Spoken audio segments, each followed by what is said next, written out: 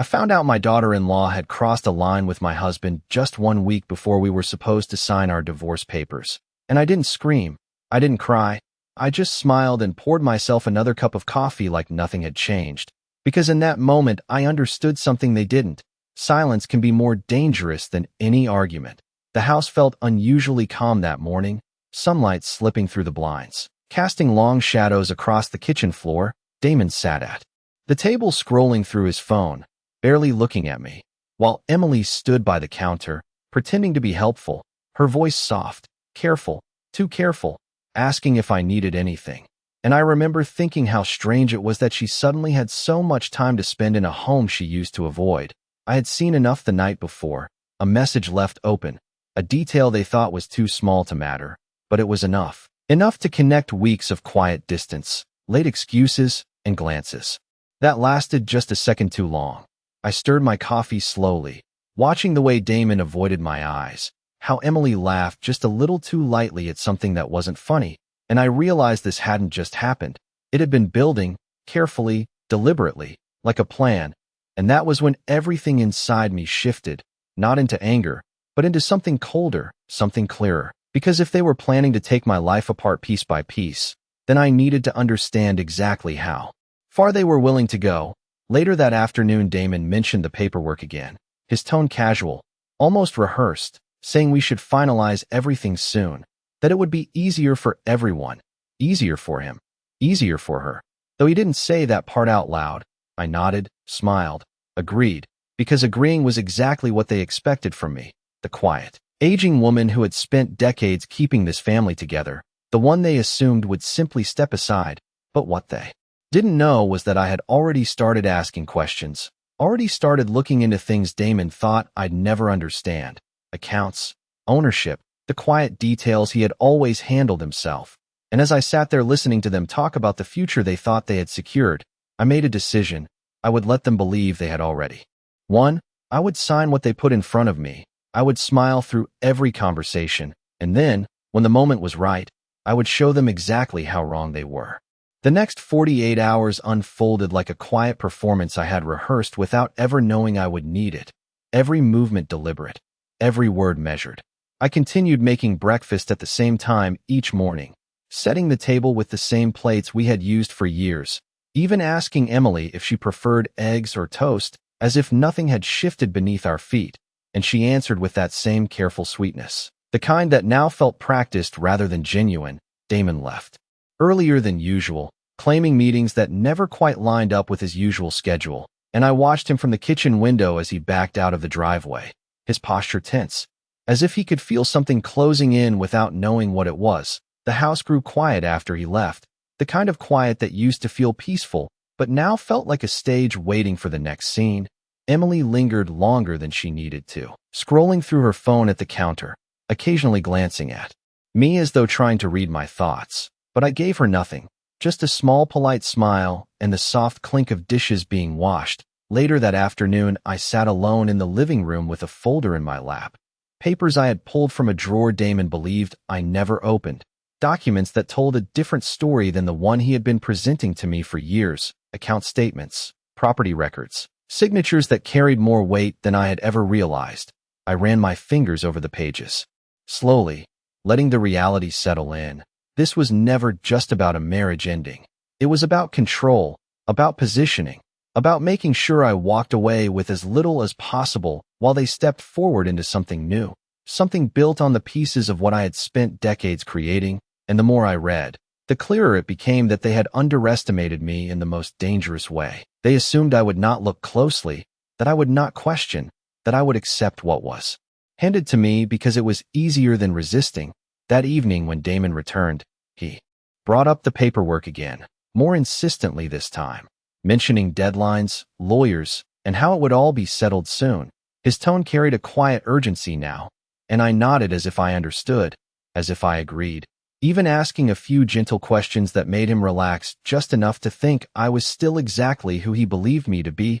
Emily joined us for dinner, her presence no longer surprising, and the three of us sat at the table like a family that still functioned, passing dishes, exchanging small talk, but beneath it all there was a tension they could not quite name, I could see it in the way Emily avoided certain topics, in the way Damon checked his phone too often, and I realized they were not as confident as they pretended to be, not completely, because deception has a way of creating its own pressure, and people who think they are in control often miss the moment when that control begins to slip. Later that night, I lay in bed staring at the ceiling, listening to the quiet hum of the house, and for the first time in a long while I did not feel like I was losing something. I felt like I was finally seeing it clearly, every decision, every silence, every step they took without realizing I was already a few moves ahead, and I closed my eyes with a calm certainty, knowing that by the time they understood what was really happening, it would already be too late. It was not until the third morning that someone else stepped into the quiet space they had been so carefully controlling, and her name was Laura Bennett. I had not seen her in months, not since one of Emily's birthday gatherings where she had stood slightly apart from the others, watching more than speaking, and when she knocked on my door just after 10 o'clock, there was a hesitation in the way she held herself, as if she had been standing outside longer than necessary, deciding whether to come in at all. I opened the door and invited her inside without asking questions, because something in her expression told me this was not a casual visit. She sat at the edge of the couch, hands folded tightly in her lap, and for a moment neither of us spoke. The air felt heavier than usual, like the room itself understood what was about to be said. I offered her coffee, and she nodded, but did not drink it, just held the cup as if it gave her something to focus on. Then finally she looked at me, really looked, and said my name in a way that felt careful, almost apologetic. Margaret. I do not know how to say this without making things worse. And I remember thinking how strange it was that she believed things could still be worse, because in my mind everything had already settled into place. But I stayed quiet, giving her the space she needed, and she took a breath before continuing, explaining how she had noticed changes in Emily over the past few months, how conversations would stop when she entered a room, how plans were mentioned in passing but never fully explained, and then she mentioned Damon, not directly, not at first, but in small observations that slowly formed a pattern, dinners that extended longer than expected, meetings that overlapped in ways that did not make sense, and eventually she said it plainly, that she had seen them together in a way that could not be misunderstood, not a moment, not a mistake, but something intentional, something repeated. I watched her carefully as she spoke, noting the way her voice lowered at certain points, the way her hands tightened around the cup, and I realized this was not gossip. This was something she had carried for a while, something she had debated whether to share. When she finished, there was a silence that followed, long and steady, and she looked at me as if waiting for a reaction, for anger or disbelief or even tears, but I gave her none of those things. I simply nodded once and thanked her for telling me, because by then I already knew, not just the facts but the structure behind them, the intention, the quiet planning that had been unfolding around me. Laura seemed surprised by my calm, perhaps expecting resistance or denial, but I had moved past that stage. I walked her to the door and she paused before leaving, asking if I was going to confront them, and I shook my head gently, telling her that some things are better understood fully before they are addressed. She left with a look of uncertainty, as if she was not sure whether she had helped or made things more complicated. And when the door closed behind her, the house felt different again, not heavier this time, but clearer, as if the final piece had settled into place. I returned to the living room and sat down, letting the silence wrap around me. And for the first time I allowed myself to acknowledge the full picture, not just what they had done, but why they had done it, and more importantly, what they believed would happen next. And I realized that, while they were still operating under assumptions, I was now working with certainty, and that difference would be everything. That afternoon I began to replay everything in my mind, not in fragments, but in a steady, deliberate sequence, like lining up photographs on a table, and finally seeing the pattern that had always been there. I remembered the way Damon had started taking calls outside, stepping onto the back porch even when it was cold, saying it was work, always work, and how Emily would suddenly become interested in staying late after family dinners, offering to help clean up even when I insisted it was not necessary, their conversations shifting the moment I entered the room, their laughter dropping into something quieter, more controlled, and I realized those were not coincidences, they were adjustments, small recalibrations to keep me just far enough away from what was really happening. I thought about the weekends Damon said he was meeting clients out of town, the overnight bags that appeared more frequently by the door, and how Emily would casually mention being busy at the same time, as if they had rehearsed the overlap without ever saying it out loud. And the more I traced those moments back, the more precise it all became. This was not a sudden betrayal born out of impulse. It was something that had been building quietly, patiently, with an understanding between them that went deeper than either of them realized I could see. I stood in the hallway looking at the framed photographs that lined the wall, pictures of holidays, anniversaries, the life I had believed was solid, and for a brief moment I allowed myself to feel the weight of it, not the anger, but the clarity that comes when something you trusted reveals its true shape. I had spent years believing that stability came from consistency, from routines and shared history. But now I understood that consistency can also be used as a cover, something that makes it easier to hide changes because everything on the surface still looks the same. Later that evening, Emily arrived again, earlier than usual, carrying a small bag of groceries as if she belonged there, as if this was already her space, and she greeted me with that same careful warmth, asking how my day had been, her tone gentle, almost rehearsed. I answered, politely, watching the way she moved through the kitchen, how comfortable she seemed, how certain, and I wondered if she had already imagined a future where I was no longer part of this house, where my presence was reduced to a memory they could manage without difficulty. Damon came home shortly after, his energy different, lighter in a way that might have gone unnoticed before, but now every detail stood out, every glance, every pause, every word that carried more meaning than it should have. We sat down to dinner, and for a moment it looked like any other evening. Plates passed, small talk exchanged, but beneath it all there was a quiet alignment between them, something unspoken but unmistakable, and I realized that they believed they were close to the end of something, that soon everything would be settled, signed, finalized, and I would step aside exactly as they had planned. I finished my meal slowly, setting my fork down with the same calm precision I had carried through the past few days. And I looked at them both, not with accusation, not with emotion, but with a quiet understanding that neither of them recognized, because while they were still moving forward with their plan, I had already stepped outside of it, and from where I stood now, the ending they expected was no longer the one that was going to happen. 2 days later, Damon asked me to meet him at the attorney's office to review the final divorce documents, his voice calm, but carrying a subtle urgency that had not been there before, and I agreed without hesitation. Choosing a simple navy dress that made me look exactly like the version of myself they expected, composed, agreeable, and unaware, the office was downtown. The kind of place with polished floors and quiet hallways where everything felt deliberate, and when I stepped inside, I saw Damon already seated, flipping through a folder with the kind of focus that suggested he had rehearsed this moment more than once. He looked up and gave me a small smile, one that did not quite reach his eyes, and I returned it with the same measured politeness I had practiced all week. The attorney greeted us and began explaining the documents, his tone professional, steady, as he outlined the division of assets, the house, the accounts, the investments, each item presented in a way that sounded reasonable on the surface, but as I listened carefully, I could hear the imbalance underneath, the subtle shifts that placed more in Damon's favor, the language that reduced my share into something smaller, more contained, as if my life could be neatly summarized into percentages and signatures. I nodded at the appropriate moments, asking a few quiet questions that made it seem like I was trying to understand rather than challenge, and I noticed the way Damon relaxed slightly each time I did, his shoulders easing, his confidence returning as he believed the process was unfolding exactly as planned. The attorney slid the papers toward me, pointing to the sections where my signature would be required, and for a moment I let my hand rest on the page without moving, as if I were considering the weight of what was in front of me.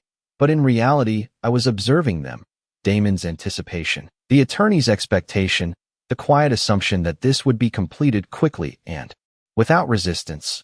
I picked up the pen and signed the first page slowly, deliberately, my handwriting steady, giving nothing away, and then I paused before the next, lifting my eyes and offering a small, thoughtful smile, asking if I could take a copy of everything home to review in more detail before finalizing the rest. The request was simple, reasonable, And I could see the brief flicker of surprise cross Damon's face before he covered it with a nod, agreeing too quickly, as if refusing would raise questions he was not prepared to answer. The attorney hesitated for only a second before making copies, handing them to me with a polite assurance that we could reconvene in a few days to complete the process. I thanked him, gathered the documents, and stood, my movements calm and unhurried, as if nothing about this meeting had been unusual, as if I were simply taking the time any careful person would take before signing something important. Damon walked me out, his tone lighter now, almost relieved, mentioning how close we were to finishing everything, how soon this would all be behind us, and I listened, nodding, offering the occasional quiet agreement, because that was what he needed to believe, that I was still following the path he had laid out, that I had not stepped outside of it. When we reached the parking lot, he gave me a brief smile and said he would call to set up the final appointment, and I watched him drive away before getting into my own car, placing the folder on the passenger seat beside me. And as I started the engine, I allowed myself the smallest shift in expression, not a smile, not quite, but something close, because now I had exactly what I needed, not just their intentions, but the structure of their plan in writing. And that meant the next move would finally be mine. That night, I did not turn on the television or sit in the living room the way I usually did. Instead, I went straight to the small desk in the corner of the bedroom, the one Damon had always considered mine but never paid attention to, and I spread the documents out carefully under the soft light of the lamp, reading every line slowly, not just for what was written, but for what was implied. The language that seemed neutral at first glance, but shifted meaning when you looked closer, clauses that redirected ownership, accounts that had been moved without discussion, signatures placed in positions that suggested decisions had been made long before I was ever invited to participate. And with each page, I felt less like a participant in this process and more like an observer of something that had already been arranged. I reached for my phone and scrolled through a contact I had not used in years, a name that had once been part of a different chapter of my life, someone Damon had dismissed as unnecessary when he insisted on handling everything himself. I hesitated for only a second before making the call, and when the voice on the other end answered, familiar and steady, I introduced myself and asked if we could meet the next morning. There was a brief pause, then a quiet agreement, no questions, just an understanding that some conversations do not need explanation in advance. The next day, I drove across town to an office that felt very different from the one Damon had taken me to, less polished, less concerned with appearances, but there was a clarity in the space that I appreciated. The man I met greeted me with a measured professionalism, his eyes attentive in a way that told me he was already assessing more than what I said out loud. I handed him the documents without commentary and watched as he read, his expression shifting almost imperceptibly as he moved from one page to the next. When he finished, he set the papers down and looked at me, not with sympathy, but with a kind of direct honesty that felt grounding. He began explaining what I had already suspected but had not yet confirmed, that the structure of these agreements favored Damon heavily, that certain transfers had been made quietly over time, and that the timing of everything suggested intention rather than coincidence. But then he pointed to something else, something buried deeper in the paperwork, a trust that had been established years earlier, one that had not been fully disclosed in the documents Damon presented. And as he explained its terms, its protections, and more importantly, its limitations on who could claim ownership, I felt that same calm clarity return. Because this was the part they did not understand, the part they had overlooked. He asked me what I wanted to do, not in a leading way, but as a genuine question, and I considered it for a moment before answering, telling him that I did not want to confront anyone yet, that I wanted everything prepared quietly, correctly, so that when the time came there would be no confusion, no room for negotiation. He nodded, already outlining the steps we would take, the adjustments that could be made, the notices that could be filed without alerting Damon immediately, and I listened, carefully, committing each detail to memory, because this was no longer about reacting, it was about positioning. When I left his office, I felt something I had not felt in days, not relief, not satisfaction, but control, a quiet, steady control that did not need to be announced. I drove home at the same pace, parked in the same spot, walked through the same front door, and when Emily greeted me from the kitchen with that familiar smile, asking how my morning had been, I returned it just as calmly, telling her it had been productive, because that was the truth, just not the truth she thought she understood. The next few days unfolded with a precision that even surprised me, not because anything dramatic happened on the surface, but because everything beneath it was quietly shifting into place. I followed my usual routine, waking up at the same time, making breakfast, keeping the house exactly as it had always been, because consistency was now my greatest advantage. Damon continued his pattern of brief conversations and controlled updates, mentioning timelines, asking if I had reviewed the documents, his tone confident, but with an edge of impatience that he tried to hide. And I reassured him calmly that I was taking my time, that I wanted to understand everything fully before we finalized anything. And each time I said it, I could see a flicker of irritation pass through his expression before he replaced it with a practiced smile. Emily remained just as present, moving through the house with a familiarity that would have felt intrusive before, but now simply confirmed what I already knew. She had already begun to see this space as hers, as something she would step into once I stepped out, and that belief made her careless in small ways. The way she left her phone unattended for a moment too long. The way she spoke in half sentences when Damon was not in the room, assuming I would not connect the pieces, but I was paying attention now in a way I had never needed to before, not out of suspicion, but out of clarity. I began organizing everything quietly, copies of documents placed in a separate folder, notes written in a small, neat hand that would mean nothing to anyone else, but carried a structure I understood perfectly, timelines, dates, financial movements, details that aligned with what my attorney had explained, each piece fitting into a larger picture that was becoming impossible to ignore. I also followed the steps we had discussed, small changes that did not draw attention, requests made through the appropriate channels, confirmations received. In return, nothing dramatic, nothing that would alert Damon or Emily to what was happening, but enough to ensure that when the time came, everything would already be secured. There was a moment one afternoon when Damon approached me in the living room, his tone softer than usual, asking if I was all right, if everything felt manageable, and I looked at him carefully, noting the way he studied my face, perhaps searching for signs of resistance, of doubt, of anything that would suggest I was no longer moving in the direction he expected, but I gave him none of that. I simply nodded and told him I was fine, that I trusted the process, and that seemed to reassure him more than anything else, because trust was exactly what he believed he still had. That evening as we sat at the dinner table, Emily spoke about future plans in vague, optimistic terms, mentioning changes, improvements, things that would happen once everything was settled, and Damon listened with quiet approval, occasionally adding a comment that aligned perfectly with what she was saying, and I sat there with them, observing, understanding that they were already living in a version of the future they thought was guaranteed, and I realized that this was the most dangerous part of their plan, not the deception itself, but the confidence that followed it, the belief that nothing could disrupt what they had set in motion.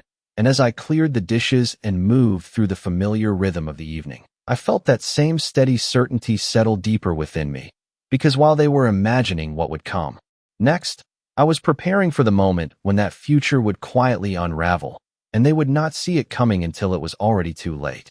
The morning of the final meeting arrived with a stillness that felt almost deliberate, as if the house itself was holding its breath.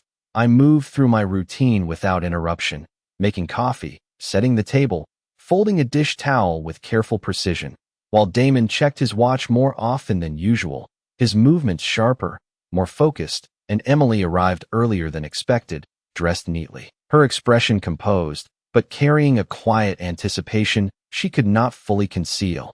They both believed this was the day everything would settle into place, the day their version of the future would begin, and I allowed that belief to remain untouched. We drove separately to the attorney's office, and when I stepped into the building, everything felt familiar in a way that made it easier to remain calm. Damon greeted me with a small nod, his confidence restored. Emily seated nearby with a polite smile that lingered just a second too long, as if she was already claiming a role she had not yet been given. We took our seats. The attorney laid out the documents once again, and the conversation began with the same measured tone, outlining terms, confirming agreements, moving steadily toward the final signatures. I listened without interruption, my posture relaxed, my hands resting lightly on the table, giving nothing away, and when the papers were finally placed in front of me, there was a pause, brief but noticeable, the kind that signals the end of something and the beginning of something else. Damon leaned forward slightly, watching, waiting, and I picked up the pen, turning it slowly between my fingers before setting it down again, lifting my eyes not to Damon, but to the attorney, and in that quiet moment I spoke in the same calm voice I had used all week, explaining that before I signed anything further, I had brought additional documentation for review. I reached into my bag and placed a separate folder on the table, sliding it forward with a steady hand.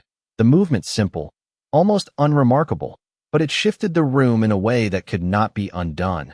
The attorney opened the folder, his expression changing as he read, the neutral professionalism giving way to something more focused, more alert, and I watched as Damon's posture stiffened, his earlier confidence faltering just slightly, Emily's smile fading into uncertainty, neither of them speaking as the silence stretched. The attorney began asking questions, not to me, but to Damon, clarifying details, referencing information that had not been disclosed in the original documents, and I remained still, my hands folded in front of me, observing the way everything they had built so carefully began to unravel without a single raised voice. Damon attempted to respond, his tone controlled but lacking the certainty it had carried before, while Emily sat quietly, her gaze shifting between the documents and Damon, searching for reassurance that no longer seemed to exist.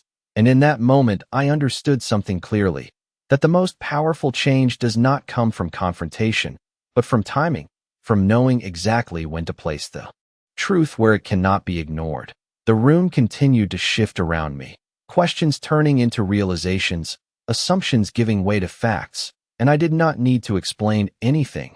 I did not need to argue, because everything that needed to be said was already there on the table, and as I sat back in my chair, calm and steady, I could see it in their faces. The moment they realized that the ending they had planned was no longer within their control.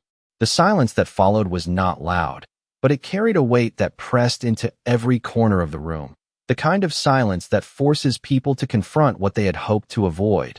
The attorney continued reviewing the documents I had provided, his tone shifting from neutral explanation to precise clarification, outlining the trust that had been established years ago, the protections it carried, and the limitations it imposed. And with each sentence the structure Damon had relied on began to dissolve, not dramatically, but steadily, like something carefully built that could no longer support its own weight.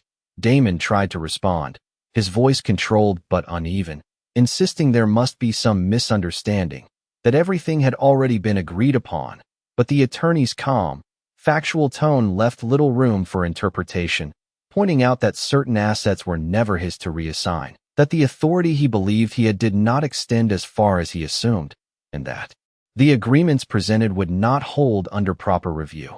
Emily sat beside him, her posture rigid now, the earlier confidence replaced by a quiet uncertainty, her eyes moving between the papers and Damon as if searching for direction that was no longer there.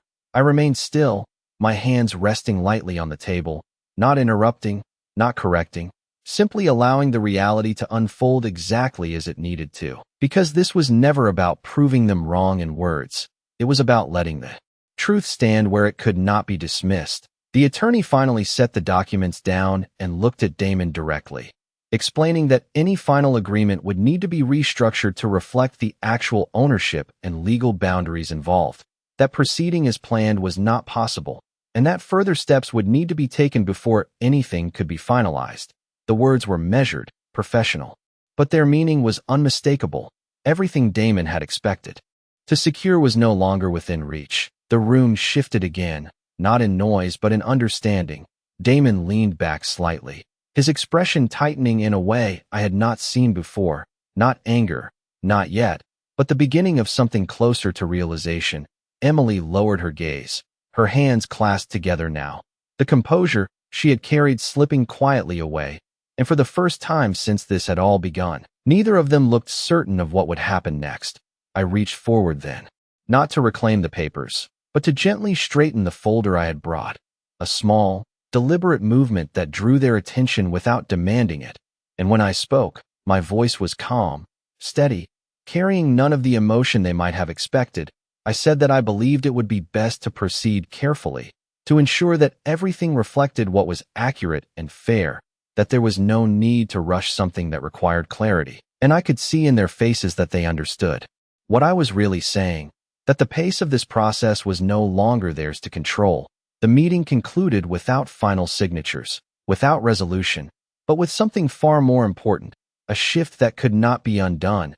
As we stood to leave, Damon avoided my eyes for the first time, his earlier confidence replaced by something quieter, more uncertain, and Emily followed him without speaking. Her presence no longer carrying the same assurance it once had.